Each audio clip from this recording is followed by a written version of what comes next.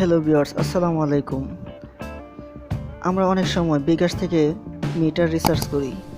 Card metre যখন recharge করি তখন আমাদের মোবাইলে এসএমএসে টোকেন নাম্বার আসে না। তবে আমি একটু আগে টোকেন নাম্বার পেয়েছি। তবে টোকেন নাম্বার যদি না পাওয়া যায়, মেসেজ না আসে, তাহলে আপনারা কি করবেন সেটাই আজকে আপনাদেরকে দেখাবো। এই দেখুন, আমি 1 মিনিট আগে টোকেন নাম্বারটি পেয়েছি।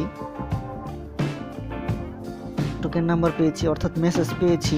আমার এই টোকেন নাম্বারটা রিচার্জ করলেই মিটারে রিচার্জ হয়ে যাবে। কিন্তু যদি এরকম এসএমএস না আসে, অনেক সময় টাকা কাটে বাট এসএমএস আসে না, তাহলে কি টোকেন নাম্বার পাইনি? তো পেতে হলে আপনাকে বিদ্যুৎ অপশনে যেতে হবে। বিদ্যুৎ অপশনে যাওয়ার পরে পল্লী বিদ্যুৎ প্রিপেড এখানে ক্লিক করতে হবে। তারপর আপনাকে প্রিপেড বিল টোকেন নিন এখানে ক্লিক করতে হবে। এখানে ক্লিক করে মিটার নাম্বারটি এখানে বসিয়ে দিতে হবে। খোঁজনের জায়গায় এখানে আপনার মিটার নাম্বারটি লিখতে হবে। তো আমি মিটার নাম্বারটি লিখতেছি।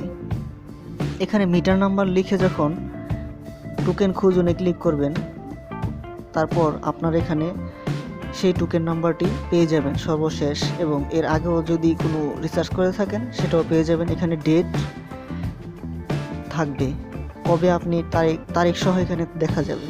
তো আমি খোঁজনে ক্লিক করলাম। নাম্বার এই দেখুন, সার্চ করেছি, পরে মিটার নাম্বার দিয়ে আমার রিচার্জের 2টা রিচার্জ চলে আসছে একই নাম্বারে। একটা রিচার্জ করেছিলাম আমি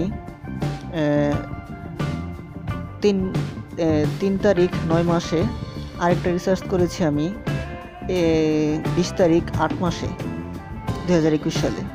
তো দেখুন, এইভাবে আপনারা ঠিক আমার মতো করে আপনারা টোকেন নাম্বার এখানে কপিতে ক্লিক করলেই কপি হয়ে যাবে। কপি হওয়ার পর এখান থেকে নাম্বারটা নিয়ে আপনি যে কোনো একটা নোটপ্যাডে রাখবেন, তারপর আপনি মিটারে রিচার্জ করে দিবেন। তো এই ছিল বন্ধুরা আজকের মতো ভিডিও। যদি ভালো লাগে অবশ্যই সাবস্ক্রাইব করবেন এবং লাইক কমেন্ট করবেন এবং বন্ধুদের কাছে শেয়ার করে জানাবেন। ধন্যবাদ সবাইকে।